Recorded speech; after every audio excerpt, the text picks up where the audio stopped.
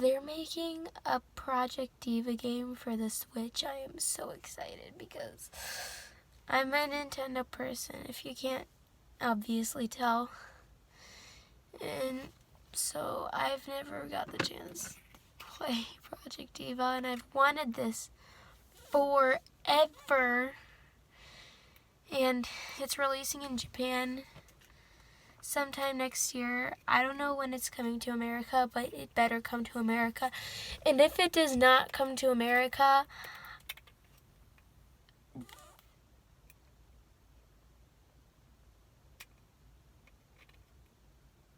it better come to America. Came out in America. I never really do this type of thing, but I figured, what the heck, I'm definitely qualified to review this game. Now, first of all, we all know this game isn't as good as Future Tone, alright? Let's just establish that fact and not dwell on it every 5 seconds. For the sake of this review, let's pretend this is the only Project Diva game to ever exist. Oh my goodness, wow, this game's amazing. It's so cool and also kind of weird, but after a while being in the fandom, you get used to that. Okay, maybe I'm exaggerating a bit, but it really is like that for those of us who are Nintendo fans and all the Animal Crossing normies. To be honest, this is kind of my dream project. In case you didn't know, the whole reason I found Vocaloid in the first place was because of Project Mario Deluxe, and I thought, if this happened before, it can happen again.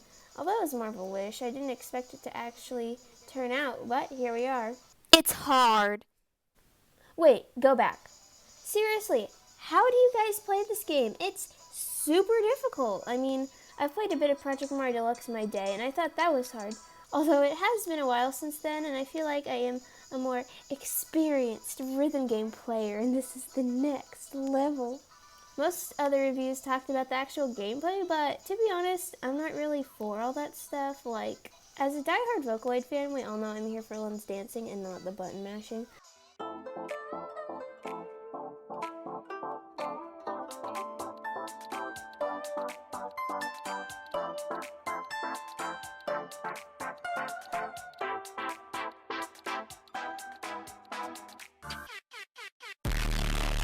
I remember back in February, after the game was released in Japan, I was obsessed with finding out when the American release date was, to the point I was Googling it like every day.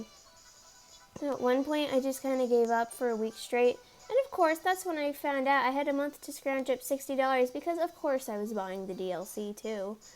I was so excited that on the day the game came out, I woke up at 4:41 a.m., and I am definitely not a morning person. I mean, the game wasn't even available till a little after 10, so there weren't 5 hours in my life I could have spent sleeping. When it was finally available, I screeched loudly and got ready to explore every nook and cranny of the game just to find there were a very limited amount of things to do. You could play arcade mode, you could play mixed mode, but let's be honest, nobody does that.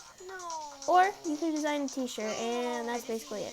Being used to Project Mario Deluxe, I was honestly pretty disappointed. There was so much you could do in that game. You could decorate a room for the Kryptonoids, feed them, play freaking Puyo Puyo, make little songs with them, take them on vacation, and make dances, which was a very superior and underrated feature. And none of that had anything to do with the main game. Now, I know Project Mario Deluxe is actually a spin-off, and I think that was the reason I set my expectations so high. I'm really into the fun little gimmicks. The fact that there weren't really any made me kind of disappointed. So, me and my sister did what we could. Let's take a look at the t-shirts we made. Okay, so obviously there's like these regular t-shirts, but like those are boring. You gotta see the ones that we made. The first shirt is this lovely smiley face. This hair is too long. So it's this lovely, it's this lovely smiley face. And then a poop emoji. There's a turd on the back of it. It's a mustache. Next up, we have this wonderful mustache. It's kind of in a weird position. It looks like a bra. It works better with guys when It they wear looks it. like a bra. Oh, what is This that? is one of my favorites. It's a face. Oh, that's interesting. Love it. It's kind of disturbing. I like the buck teeth. A platypus? Patty the platypus! God. So yeah, this is a very beautiful Perry the Platypus shirt. I love how he doesn't have eyebrows. This is our favorite one. I love how he doesn't have eyebrows. So yeah, I'm quite the artist. This actually took me a really long time to do. and I actually liked it a lot. It looks like somebody finger painted on it, but you know, it's fine. So, I know comparing this game to Project Mario Deluxe a lot is kind of dumb, but hey, at least I'm not comparing it to Future Town, right? Since there aren't many different modes of play, I thought I would get bored easily, but playing through every song once, if you have the DLC, will take you around 7 hours, and you have to clear them all in easy, normal, hard, extreme, and extra extreme. Now, not every song is available on every mode, but doing this will take you roughly 35 hours, and if you're like me and it takes us several tries just to clear a certain song, you end up playing it a million times. Of course, if you want to perfect every song on every mode, you're going to be here for a while. And if you get bored of regular gameplay, you can always play the songs on high speed, hidden, and sudden, which are modes I just recently found, and they're very evil.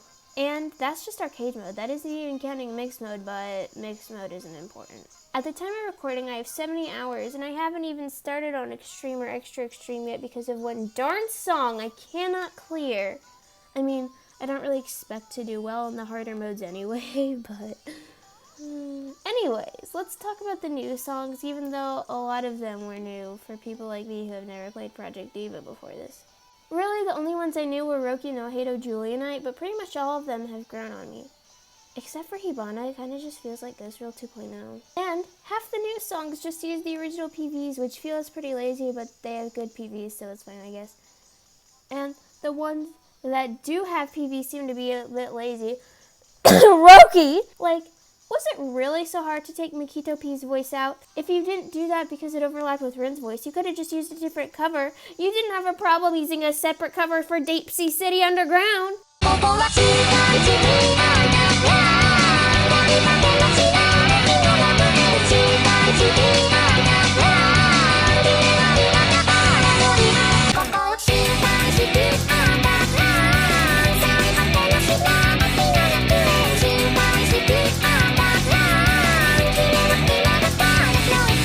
But 39 Music has an amazing PV. Also, the lack of costumes for new songs is kind of disappointing, although I mean there are plenty to choose from. It's fun seeing how utterly disturbing you can make an outfit. Also, can we talk about the inequality here? Miku has a vast majority of the songs, and somehow none of them are a duet with Len. That's very disappointing. Although, I do like how you can change any of the models that so you can change from a ship you don't like to your OTP. But there is one huge problem with this game that I have not seen anybody address. Let's look at the trailer for this game. Sega. Now, let's look at Project Mario Deluxe. Sega. Now, let's look at other Sega games made for the Switch. Sega. And now, let's look at this game. Really, guys, would it have been so difficult to put that in there? Now every time I play the game, I have to do it myself, like, Sega! And just because Miku doesn't say Sega, I rate this game a -8 out of 10.